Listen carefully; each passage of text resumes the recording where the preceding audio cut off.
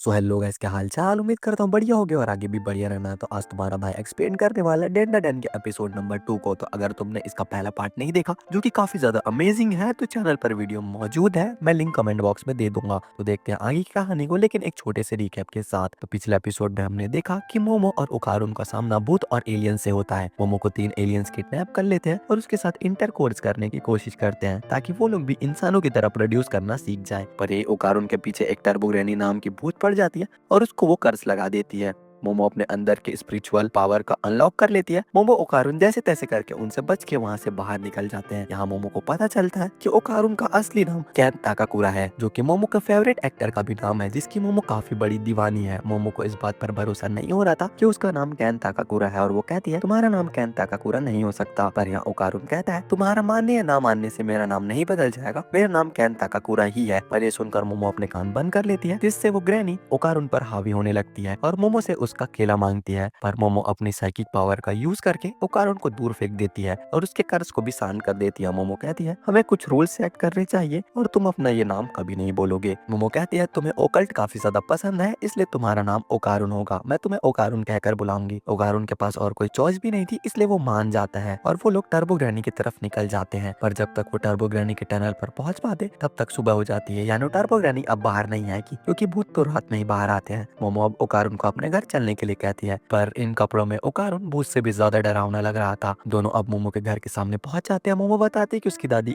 लड़कों के मामले में काफी ज्यादा स्ट्रिक्ट है, उन्होंने उसके एक्स को लगभग मार ही दिया था। पर ओकारुन जैसे ही गेट के अंदर कदम रखता है वो जलने लगता है और ये देखकर मोमो उसे अपने पावर से उठाकर नदी में फेंक देती है, जिससे वो बच जाता है। मोमो देखती है कि उसकी दादी ने गेट पर एक बैरियर लगाया हुआ है जिससे बुरी शक्तियां अंदर ना जा सके, और क्योंकि ओकारुन के अंदर टर्बो ग्रैनी की आत्मा है इसलिए उसने उसे रोक दिया। मोमो उससे माफी मांगती है और उस बैरियर को निकाल देती है और ओकारुन को वापस अंदर आने को कहती है, और अगर उसमें फिर से आग लगी तो वो अपनी पावर से उसे फिर से पानी में फेंक देगी। और फिर ओकारुन डरता हुआ अंदर आ जाता है और इस बार उसे कुछ नहीं होता। पर वो कहता है मुझे शरीर में गुदगुदी जैसी हो रही है। पर मोमो अब उसके बालों का मजाक उड़ाने लगती है जो कि दादी अम्मा जैसे हो गए थे। अब घर के अंदर आकर मोमो अपने दादी को आवाज लगाती है, पर शायद उसकी दादी घर पर नहीं थी। मोमो ओकारुन को अपने रूम पर ले जाती है और उसे बाहर ही रुकने को कहती है क्योंकि उसे कपड़े बदलने थे। लेकिन जैसे ही ओकारुन गेट बंद करता है तो टर्बो ग्रैनी उस पर हावी हो जाती है और वो दरवाजा खोल देता है। पर इस बात से मोमो गुस्सा हो जाती है, उसका कर्ज गायब करती है और उसे पीछे मुड़ जाने को कहती है। अपने कपड़े बदलने के बाद मोमो ओकारुन के लिए भी कपड़े ला कर देती है जो कि लड़की के थे, पर काम चल जाएगा। अब मोमो पूछती है तुम्हारा केला गायब हो चुका है ना, टर्बो ग्रैनी ने कहा था उसने तुम्हारा केला चुरा लिया है। ओकारुन अपने पैंट में चेक करता है तो सच में वहाँ उसका केला गायब हो गया था। मोमो अब मजाक में कहती है कि उसे भी देखना है, पर ओकारुन उसे साफ मना कर देता है। इस पर मोमो कहती है वहाँ कुछ है ही नहीं तो दिखाने में कैसी शर्म। पर ओकारुन कहता है कुछ हो या ना हो पर मैं तुम्हें नहीं दिखाऊंगा। ओकारुन अब मोमो पर गुस्सा करने लगता है कि ये सब उसी की वजह से हुआ,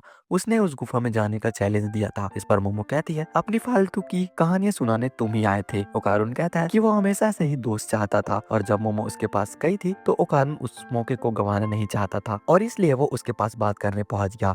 पर आखिर में मोमो की दुनिया अलग है और मेरे जैसे लल्लू लड़के तुम जैसी लड़की से दोस्ती नहीं कर सकते, और उससे माफी मांगता है और कहता है जब सब कुछ खत्म हो जाएगा तो तुम मुझे इग्नोर कर सकती हो और ऐसा एक्ट कर सकती हो जैसे हम दोनों एक दूसरे से कभी मिले ही ना हो। पर ये सुनकर मोमो कहती है यही तुम्हारी सबसे बड़ी प्रॉब्लम है, खुद को खुद से ही कुछ भी सोच लेते हो, इसलिए तुम्हारा कोई दोस्त नहीं है क्योंकि तुम खुद को लोगों से दूर कर रहे हो। मोमो उससे कहती है कि वो उसे इग्नोर नहीं करेगी और वो सब कुछ ठीक होने के बाद ओकल्ट के बारे में काफी सारी बातें करेंगे। और ये सुनकर ओकारुन के आंखों में आंसू आ जाते हैं। मोमो उसको रोता देखकर कहती है कि वो उससे कुछ बोले।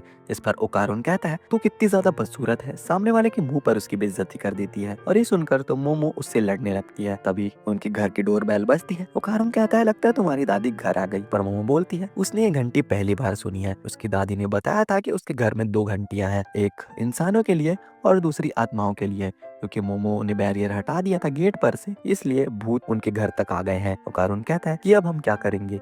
इस पर मोमो कहती है कि वो तालिस्मान वापस लगा देंगे जिससे भूत जल जाएगा। ओकारुन कहता है ऐसे तो मैं भी जल जाऊंगा। जिस पर मोमो कहती है कि तुम थोड़ी देर के लिए बाहर चले जाना। ये दोनों अब पीछे के रास्ते से बाहर निकलते हैं और देखते हैं कि काफी ज्यादा काले बादल छाए होते हैं आसमान में, जैसे कि रात हो गई है। घर के चारों तरफ एक दीवार बन गई थी, यानी अब वो बाहर नहीं जा सकते, और गेट भी दीवार के अंदर सील हो गया था और काला धुआं फैल रहा था जिससे मोमो के नाक से खून निकलने लगता है और ओकारुन की भी हालत खराब हो रही थी। तभी उन्हें एक मॉन्स्टर दिखाई देता है जो कि कहता है तुम लोग बुरे लोग हो और तुमने वादा तोड़ दिया। इतना कहकर वो उन दोनों पर अपने जोरदार मुक्के से हमला करता है।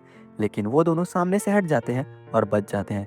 अब चिल्लाते हुए उनसे दूर भागने लगते हैं और वो मॉन्स्टर कहता है कि मुझे अपना केला दे दो। ये दोनों घर के पीछे छिप जाते हैं और मोमो कहती है कि ये किस तरह का भूत है।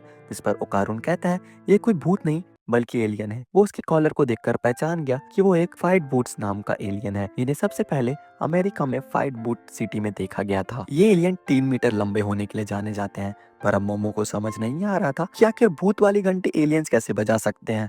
करुण कहता है स्टडी के हिसाब से जो लोग आत्माओं को देख सकते हैं वो लोग एलियन भी देख सकते हैं। मोमो कहती है शायद ये एलियन उनके कल वाले एलियंस के दोस्त हैं और अगर उन्होंने जल्दी कुछ नहीं किया तो वो लोग इस काले धुएं से ही मारे जाएंगे। जो कि एलियन निकल रहा था और मोमो अपने पावर्स का यूज नहीं कर सकती थी क्योंकि ओकारुन का कर्ज को दबाए हुए थी। वो ओकारुन कहता है मोमो तुम कर्ज को आजाद कर दो, मैं उस एलियन से लड़ूंगा। वो पूछती है कि तुम्हें अचानक से क्या हो गया, जिस पर ओकारुन कहता है कि मुझे एलियन से डर नहीं लगता मोमो, बस उसका फिजिकल कर्ज आजाद करना जिससे उसकी मानसिक संतुलन बने रहे। एलियन उन्हें ढूंढ लेता है और उन्हें फिर से भागना पड़ता है। मोमो कहती है वो अपने पावर को कंट्रोल करने में उतनी अच्छी नहीं है। तो ओकारुन उससे कहता है लेकिन तुम्हें ऐसा करना होगा। मोमो मान जाती है और ओकारुन ग्रेनी वाले लुक में काफी ज्यादा ओपी लग रहा होता है। तभी एलियन उस पर हमला कर देता अपने बड़े से हाथ से, पर ओकारुन ट्रांसफॉर्म हो चुका था और वो मोमो को बचा लेता है। अब ओकारुन बिल्कुल ही बदल चुका होता है और वो काफी कूल तरीके से कहता है कि ये पावर काफी कमाल की है, पर मैं अभी डिप्रेशन में हूँ इसलिए मेरा दिमाग बिल्कुल ठंडा है और मैं काफी ज्यादा कंट्रोल में हूँ। मोमो को समझ नहीं आ रहा होता कि अचानक से इतना बदल कैसे गया। ओकारुन माफी मांगता है और कहता है सॉरी, मैं एक अजीब लड़का हूँ, जो कि केंता काकुरा का फेमस लाइन है। मोमो से कहती है कि ये लाइन मारना बंद करो। तभी वो एलियन उनके पास आकर उन्हें अपने हाथों से कुचलने की कोशिश करता है, पर ओकारुन का शरीर अपने आप ही वहां से हट जाता है और उस एलियन की उंगली को अपने दांतों से काट कर अलग कर देता है। यही ग्रैनी की असली पावर है। वो इतना तेज हो गया था कि मोमो उसे देख भी नहीं पा रही थी, पर वो अचानक ही खून की उल्टियां कर देता है। वो एलियन ओकारुन को फिर से कुचलने की कोशिश करता है, पर मोमो अपनी पावर से उसे अपनी तरफ खींच लेती है।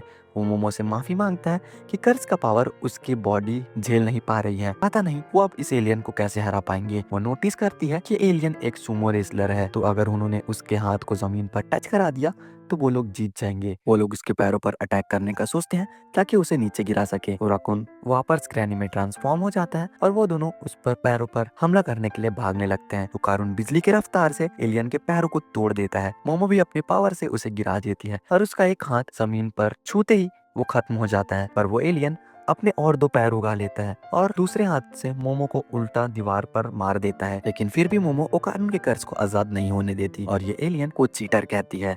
वो एलियन अब बार बार मोमो को मारने लगता है और ओकारुन चिल्लाते हुए कहता है कि वो उसके कर्ज को आजाद कर दे। वो मोमो से भीख मांगता हुआ कहता है कि उसके कर्ज को आजाद कर दे वरना वो मर जाएगी। और अब तक एलियन ने दीवार पर काफी ज्यादा गहरा छेद कर दिया था। असल में मोमो का प्लान था कि वो गेट से बाहर निकल जाए और वो अभी टेक्निकली गेट से बाहर निकल चुकी थी। मोमो अब ओकारुन को अपने पावर से खींच लेती है और उसे बैरियर को वापस उस गेट पर लगा देती है, जिससे वो एलियन जलकर खत्म हो जाता है। ये दोनों अब वापस असली दुनिया में आ गए थे और सब कुछ नॉर्मल हो गया था। वो लोग चैन की सांस लेते हैं, पर अभी भी ओकारुन का कर्ज मोमो के बिना कंट्रोल में नहीं था। मोमो कहती है कि ओकारुन को हेयर स्टाइल थोड़े बदल गई थी। मोमो कहती है कि ओकारुन का हेयर स्टाइल काफी ज्यादा बदल गया है, पर अब थकने की वजह से मोमो बेहोश हो जाती है और टर्बो ग्रैनी पूरी तरह ओकारुन पर हावी हो जाती है। और ये एपिसोड यहीं पर खत्म हो जाता है। तो अगर वीडियो पसंद आया तो चैनल को सब्सक्राइब और वीडियो को लाइक जरूर करना। मिलते हैं नेक्स्ट वीडियो में, तब तक के लिए bye bye, take care, Tata.